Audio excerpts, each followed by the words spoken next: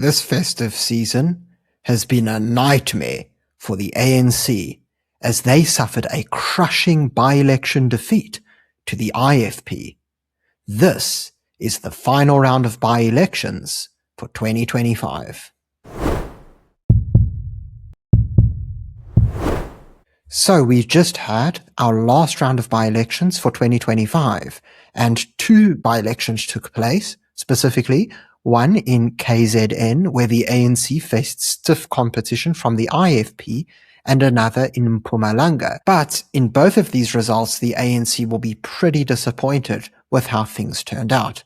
But before we get into it, could I please remind you to subscribe to the channel? It's absolutely free, and all you have to do is click on that subscribe button below the video. Furthermore, consider becoming a member of the channel. By becoming a Power Club member, you'll be entitled to a range of special perks. All you have to do is click the join button below. Now let's get started.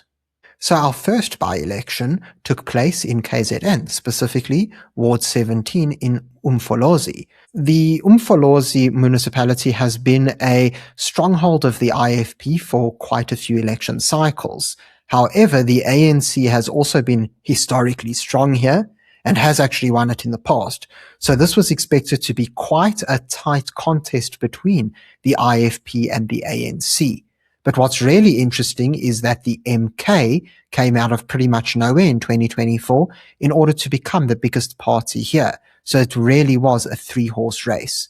But when we look at the results here on the IEC by-elections dashboard, it becomes pretty clear that it was a complete whitewash in the IFP's favor. So the IFP will be incredibly happy with this result, having won with 62.43% of the votes, or a massive 1,464 votes. And as we can see from this useful map here, they won in every single voting district. So a massive result for them. The MK party came in second place. They only got 21.45% of the vote, or 503 votes, and the ANC came dead last with only 378 votes, or a mere 16.12%. But if we take a look at the historical trends in this ward, we notice that a very intriguing situation has unfolded. So back in 2016, we see that the ANC was a narrow winner in this ward in the local election. They got 1,456 votes, or 50.9%. The IFP came just a little bit short of that, with 1,336 votes, so a little over 100 votes less, or 46.7%, and the MK party wasn't in existence yet. In the 2019 provincial election, we saw the ANC decline heavily to 883 votes, or 40.8%. In this election, the IFP was the leading party with 1,047 votes, or 48.4%. Then in the 2021 local election, we saw the IFP really solidify their lead here. They got 1,049 votes, so only 2 votes more. But of course, this is a decent result because in local elections, voter turnout is normally lower than general elections. So the IFP would be pretty chuffed with this. That's 50.9%, the first time that the IFP actually got a majority here. The ANC, in contrast, slipped even further to 876 votes, which is still pretty solid given the context, and 42.5%. In 2024, we saw the ANC utterly collapse. They fell all the way down to 199 votes, or 9.2%. And of course, if we take a look at the data, we see that the MK party was the cause of this. You see, the MK got 826 votes, or 38.1%, whereas the IFP just managed to hold them off with 1,059 votes, or 48.9%. Interestingly, this was their third consecutive election of growth, so they'll be very happy. Finally, in the 2025 by-election, we saw the IFP run away with the results with 1,464 votes. So their highest total since 2016, which is very impressive because after all, by-elections, you normally expect a much lower turnout than general elections or even municipal elections. The MK party, in contrast, fell all the way down to 503 votes, as we explained, whereas the ANC came dead last with 378 votes. Now, if we take a look at our graph on the right-hand side, there's a pretty interesting thing that has happened. So leading all the way up to 2021, we know that it was a two-horse race between the IFP and the ANC. But all of a sudden, when the MK party entered in 2024, we saw how, even though they are a rival to the IFP still continued to grow, albeit only by 10 votes.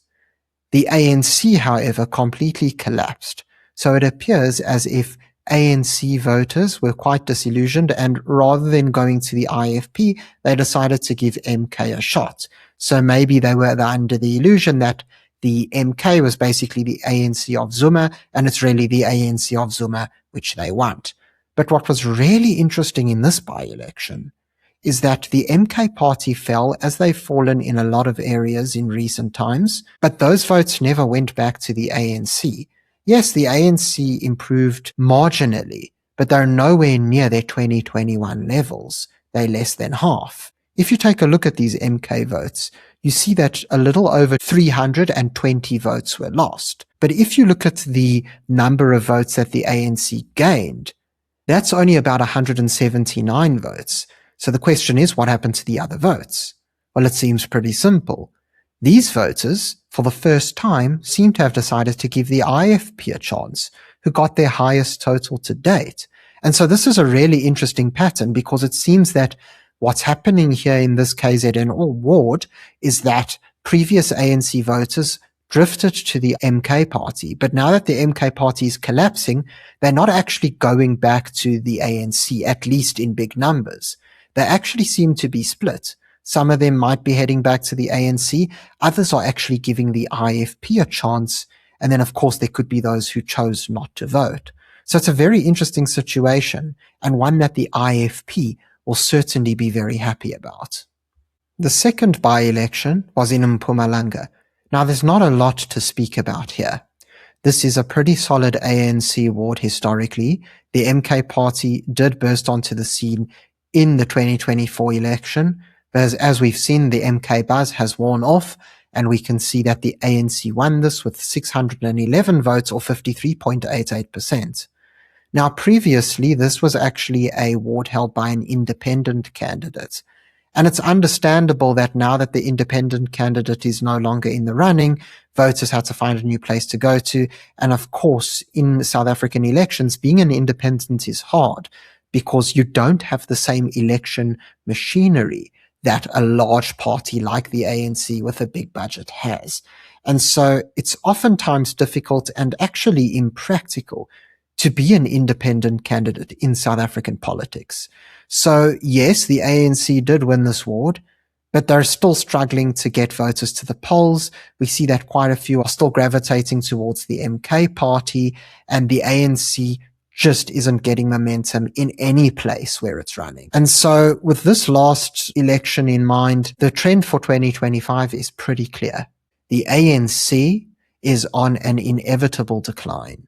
And while it is slow in certain places, it's incredibly fast in others. Ultimately, the ANC has a lot to be worried about ahead of the upcoming election, with the likes of the DA and the Patriotic Alliance managing to chip away at its voter bases in places such as the Western Cape and Gauteng, and even in Mpumalanga and KZN. Meanwhile, the MK party, while it itself is declining, does seem to still be detracting a lot of former ANC voters away from the ANC. And then, of course, the IFP remains quite solid, and they too seem to be a viable alternative for KZN voters. This makes for a very interesting election setup for next year's local elections. Thank you very much for watching this video.